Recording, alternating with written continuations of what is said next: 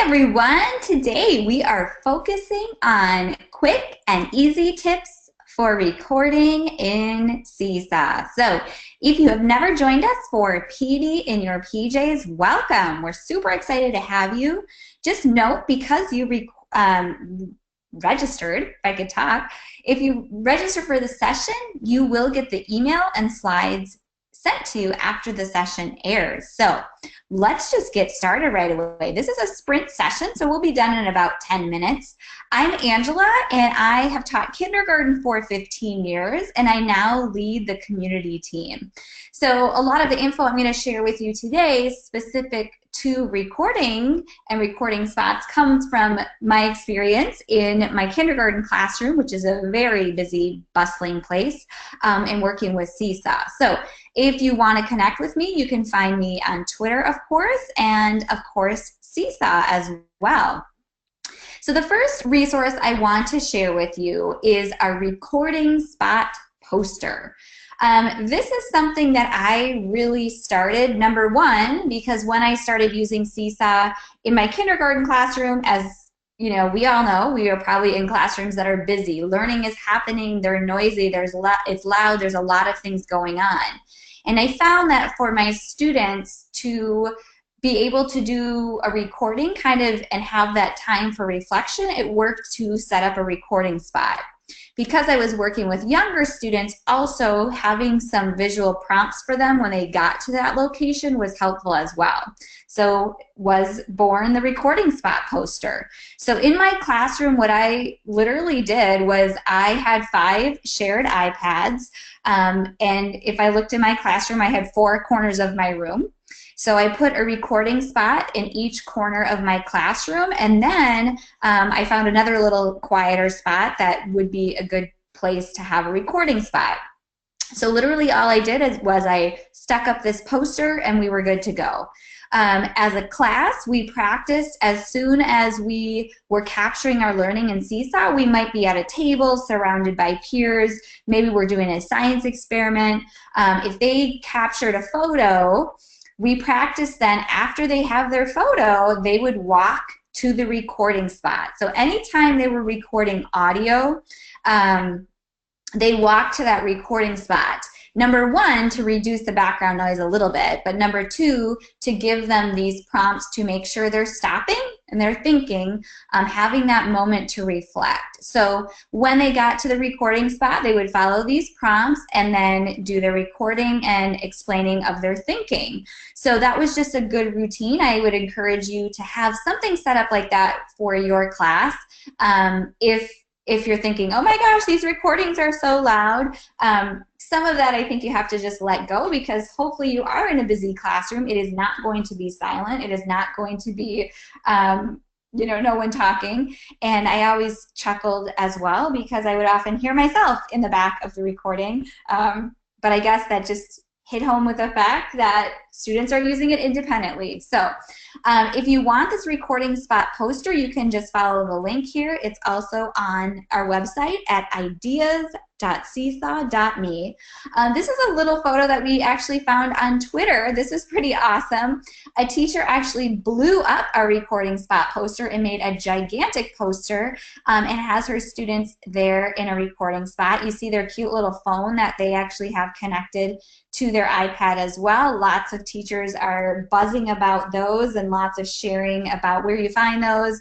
I've heard Amazon is where they're getting those. I did not actually have my students do that because I wanted their hands free to actually draw. The other thing I will point out in this photo that I found really kind of a key is try to pick a recording spot where they can actually put the device down.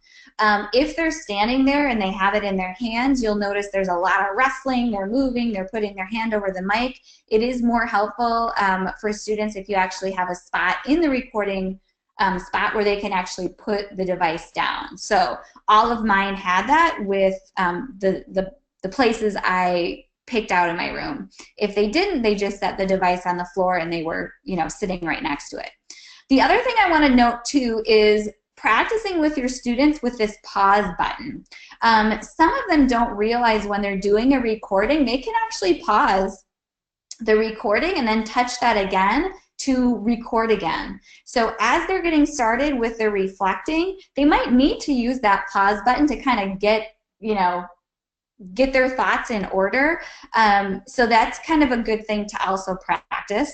If you haven't seen our Wow Work poster, again, the pausing I was talking about really helps them reflect and gather their thoughts. As we were choosing posts that were going to go into Seesaw, my students always thought about these 4 things. Is it wow work that I'm adding to Seesaw? These are some fun things that our community has shared, awesome teachers using Seesaw. So this teacher was establishing, ooh, my slides went a little wonko there, establishing norms that students are using when they are actually recording. So we know it will say, explain what's going on. So you see here the teacher has some prompts that they've started. And talking loud and proud, loud and clear. We practice that with my kindergartners as well. So that's just, again, things to practice and get started with your students. So if you want to get fancy, of course, some teachers have gotten so fancy, and these are just adorable. But don't feel the need to jump up to this level, because it will definitely work if you're just having them kind of in a different location in your room, or even in the hallway if that works for you. So these are pretty fancy recording stations. I love them. The one in the center here are milk crates with just some foam in that. And then the student would place the, I'm assuming, iPad in there because it's a pretty small thing there, and do their recording that way to drown out some of the background noise. You see again, thanks Anne for sharing this. She's used just a trifold board, and she's printed up the recording spot poster, and she has her class code there. Thanks for, you know, covering up that QR code here. But again, they're using the phone. One of my favorite ways too comes from Cindy Vance, who's a kindergarten teacher, and I love this idea here on the right. She actually uses a 3-tier shelf, which is awesome for students that are trying to record video or doing, you know, any sort of recording where they're trying to do things at the same time. So what's great is that they can stick their device, their iPad in this situation, on that middle shelf, and they go ahead and press record, and then they have the book and their reading finger right under, recording as the video is being taken. So that is really, really handy. Love that setup. So that is another great setup to think about if you want to have that in your classroom. Here are a couple other ones that you might consider if you want, like I said, if you want to get a little fancy and have a little box or something set up. So these are literally just boxes that teachers have covered. I've heard teachers going into the copy room and kind of snagging those empty copy boxes to cover up, but of course you know that students would eat this up having, you know, this special place to be recording. And of course, it doesn't have to be fancy. Like I said, in my classroom, we literally just hung up the poster. It was helpful just to know that they were walking away from all of the commotion and discussion at their table to kind of do their own reflection. So if you're looking for more resources for just getting your students going and using Seesaw, don't forget to check out our task cards. We have them for every single grade level, available at ideas.seesaw.me. Just again, great things that you can have ready for your students to really make Seesaw part of their routine for sharing and reflecting the awesome work that they are doing at school and connecting that with their, you know, important audiences like their family to create those conversations at home. So if you have more questions, you know where to find me. Please check out our community of amazing teachers on Twitter and also on Facebook. If you are not on Seesaw Teachers on Facebook, I have to tell you, it's hard to keep up with all the ideas that are shared there. So you can check that out. We also have grade level specific groups there as well. So definitely check those out. If you're working, you know, these recording suggestions really work for any age student. So it's really up to you how students approach recording.